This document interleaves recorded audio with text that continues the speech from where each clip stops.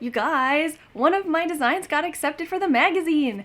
I can't talk about it other than saying I heard back and they want to put one of my designs in an issue, and I'm so excited.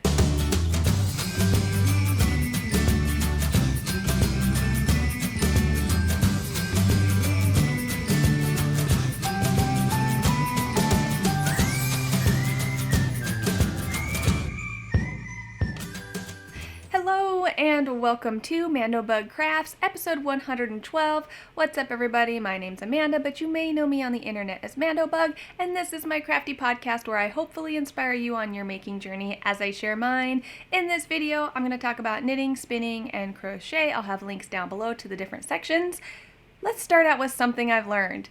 This video, I actually have 3 things that I've learned since I last recorded that I want to share, because I find that if I only share one, I'll completely forget to share the other 2 because that's just how I work. And also my excitement dulls down sometimes. So let's talk about all the things I've learned while I'm still excited about learning them, because let's face it, I get excitable, and that's an enjoyable piece of learning something new, right? So the very first thing that I learned was how to request yarn support for a design. And so, you guys, one of my designs got accepted for the magazine. I can't talk about it other than saying I heard back and they want to put one of my designs in an issue, and I'm so excited. I've had good feelings about the designs I submitted, but I didn't actually expect. Well, that's not true. I had a pretty good energy out there. I did kind of feel like one was going to get accepted, but I don't know. Nothing's ever guaranteed. So, one of my designs was accepted, and in the letter that I received explaining okay, we want to move forward with this project, part of it was who to reach out to get yarn support, and details on that, but not super detailed. And I'm kind of the person, when I haven't contacted somebody professionally about something, I really do best with a template, because a blank page is intimidating for me. So I went searching on the internet how to ask for yarn support, and I found an amazing blog post that breaks down how to ask for yarn support in basically any situation, and I thought it was super helpful. It even explains how you can go about asking for yarn support from an indie dyer. And basically the advice was treat it like you're submitting for a magazine. Create an appealing proposal, have a swatch done in a similar yarn or their yarn that you've purchased, and say, here's my swatch, here's my design concept idea. These are all the things that are great about it. I really want to design this in your yarn. Would you be willing to provide the yarn for this? The more thought out and thorough it is, the more commitment you're showing to the person you're asking to support you. Of course, it kind of makes sense, but sometimes it's nice just to I don't know. It was a nice blog post to read, so I highly recommend it if you're a designer and you're looking for yarn support. I will have that blog post linked down below. Definitely go give it a read. I think it has great advice, and it has some great blank templates that I use to create my email to ask for yarn support. The other 2 tips I have are also about designing, so if you're not interested in designing, go ahead and skip ahead to the next section. So the second thing that I learned was making sure I don't forget Google Forms. So I don't know if you have ever used Google Forms before, but you can create easily surveys and application forms, and that's what I've been doing for my Instagram tests now. I've created an application form so that people can fill out everything that I want to know about them, and they also get to read about my expectations for deciding to test for me. I found out from a designer's perspective, it's been really nice to kind of get those expectations out of the way in a form. That way I don't have to repeat myself to each person looking to test the pattern. They already have an idea of what I'm looking for in a tester. And then it also allows for you to choose specific testers. It's an application rather than someone asking and saying yes or no. Although if you're not chosen, that still ends up happening. But point being, you kind of get to have a collection period, look over everybody that's interested, and pick from there, which has been really nice. And you can leave options open for them to tell you other things as well. So yes, Google Forms for the application and the survey at the end to collect your answers. Another cool tip that I learned from a friend is that their Google Forms has a way to auto sync to Google Sheets, which Google Sheets is the Excel form of Google. So that's been really nice too. I kind of have like a one sheet that I've been importing the information to for everyone who fills out the surveys, so that I have, and it just creates a new tab on that sheet for each survey that I link to the sheet, and so I don't have to compile all the information myself. It does it automatically, which is super helpful. Yeah. So then the other thing that I learned was, well, it's not really something I've learned, it's something I came up with kind of. So I have an idea that I'm super excited about, and I'm going to share a little bit about it, and then I won't talk about it again until it comes out later this year, because I have planned a mystery crochet along design, and I'm super excited about it. It is the design I'm the most excited about, honestly. I just have to wait to work on it more because I've got that magazine acceptance that I'm going to be working on that design. But I have the swatch right here. I'll tell you the yarn. I feel like I can share that. So this little swatch is Schmutzerella Yarns in her Unicorn Blood colorway. It's a Harry Potter inspired colorway. This is on her fingering weight base. I believe it's Dude. I don't have the tag near me. So I got this yarn back in 2018, and I've been hemming and hawing about what to do with it, and I finally figured it out. I had my aha moment, and I need to chart this design. And one thing that I've learned about charting designs is it's kind of hard to see what your finished piece is going to look like if your graph does not match the size of your gauge. So your general graphs come in standard sizes. With double crochet specifically, you're looking at about, your stitch is twice as high as it is wide. So you can use 2 rows of grid squares to create one double crochet. But I decided to just go ahead and make custom graph paper. So I've created this custom graph paper based on my swatch. It is exactly the same size, so that I know exactly the size that my chart is going to be in the finished design, which allows me to tape the entire graph out to my finished piece's size and then just draw all over it, which I'm such a visual person.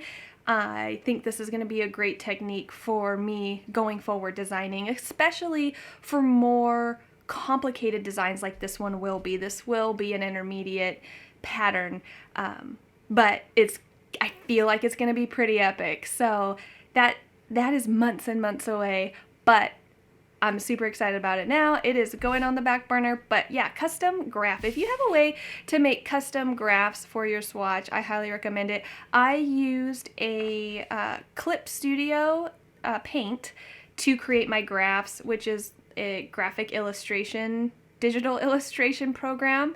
I've been dabbling in digital illustration, which has been a lot of fun. If you don't have something like that, there are other ways to make graphs. I just am not aware of them.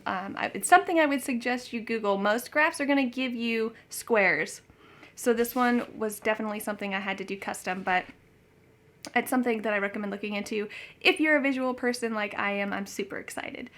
Okay, so moving on to finished objects. I finished a batch of dog fur for my giant dog fur order, the woolly fur. This is the Alaskan Malamute Merino blend.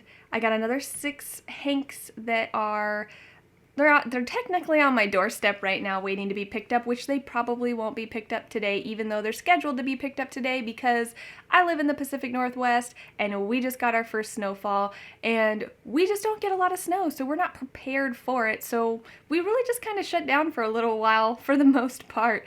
So it probably won't be picked up today, maybe tomorrow or the next day when the snow lets up, because it's not going to last forever. But yeah, so I did finish that. And then the other thing that I finished is David's hat. I didn't show it last episode because I hadn't worked on it. I went ahead and finished it up for him because it's Valentine's Day tomorrow, and I thought it would be a good idea to be able to gift his Christmas gift, at least by Valentine's Day. So this is David's hat, which he has decided to name Birdfoot. So he did go ahead and lock in on that name. It's part of my gift. I think it's really special that I got to design a hat specifically for him. He absolutely loves it. The colorway is kind of dark, so you lose a bit of the stitch pattern, but that's okay. He loves the way that it looks overall, and that's what's important. So this yarn is Mace of Skeins Spade DK in the Winter Pine colorway. It's DK weight, and the brim was knit on US 3, the body was knit on US 5. This is my own design. I'll go ahead and throw it on for you. David's got a much bigger head than I do, so this is going to be the large size. I haven't gone through the process of writing the pattern up yet, but I do want to write it for all sizes from newborn through adult large, so you should be able to get it in any size.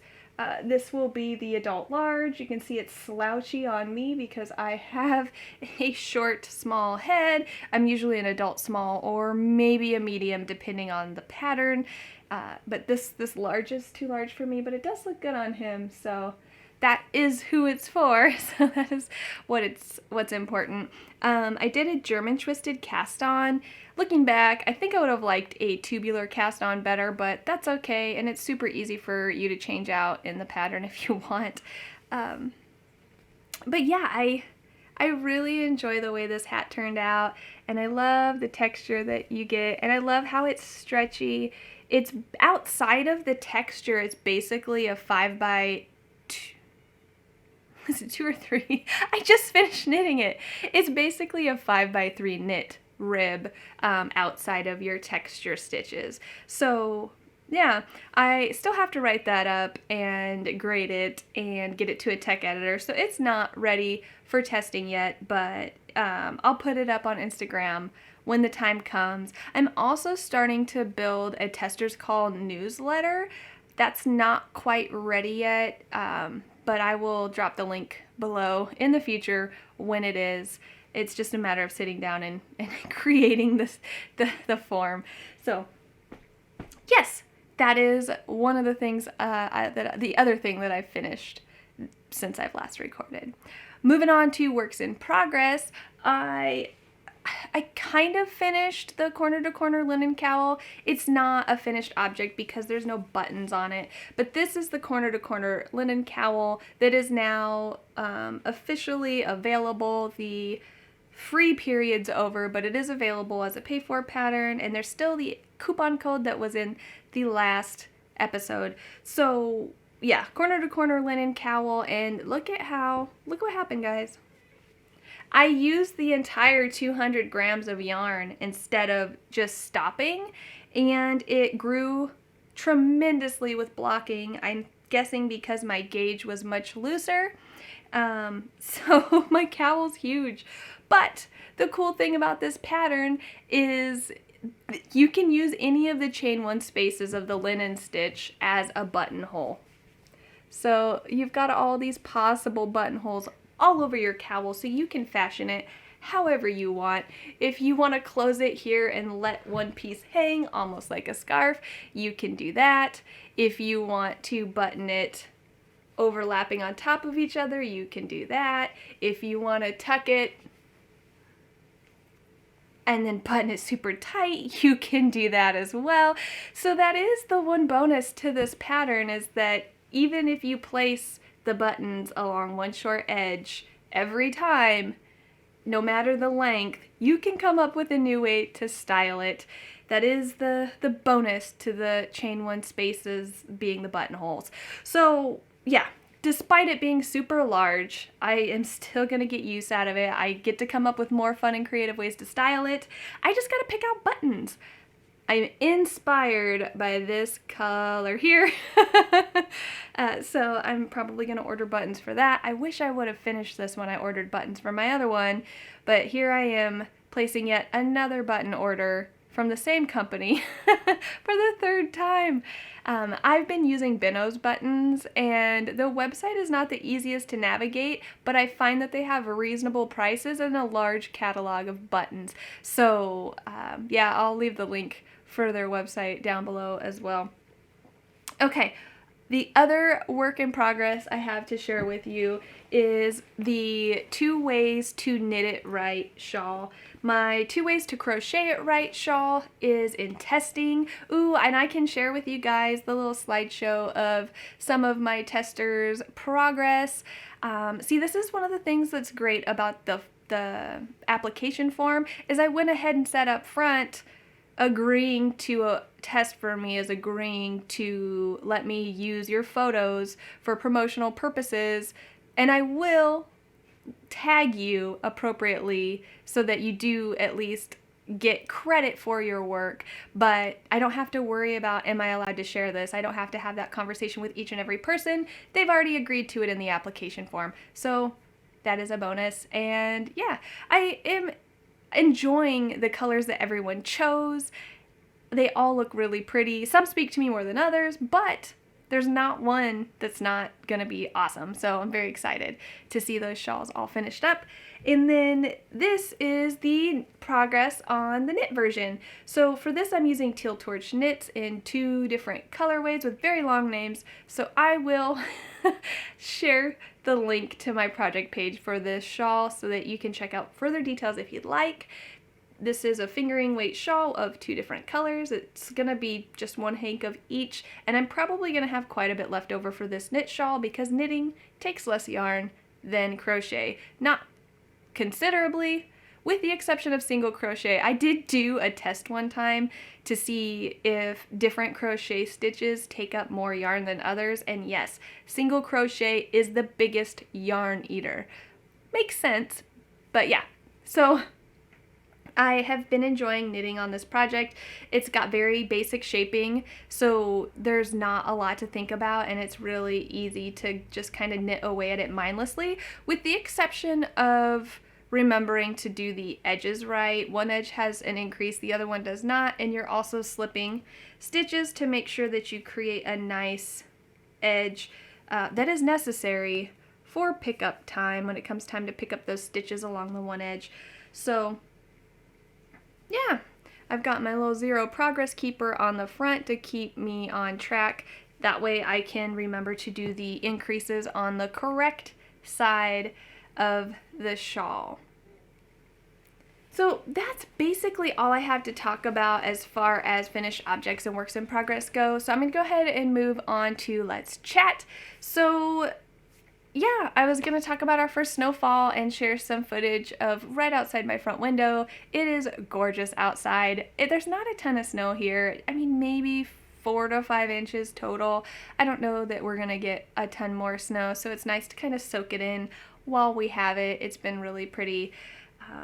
And then outside of that, the only thing that's been going on in my life is I've recently become aware of some of my personal tendencies are kind of like, okay, how do I say this?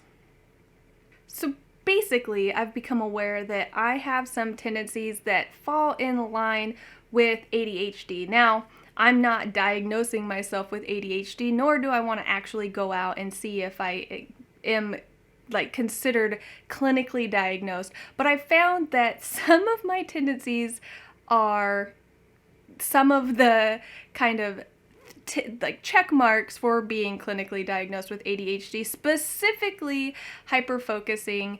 And so I've been doing a lot of research on what that is and ways to kind of keep it in check and manage it, because even if I'm not clinically diagnosed with ADHD, the fact that I hyperfocus a lot does affect my day-to-day life and overall life goals, right? Isn't that kind of the sense of like self-awareness is you have a certain goal, you want to reach that goal, and if you're not reaching it, you kind of have to take a step back and look at what is going on with me personally that I'm not able to reach my goals.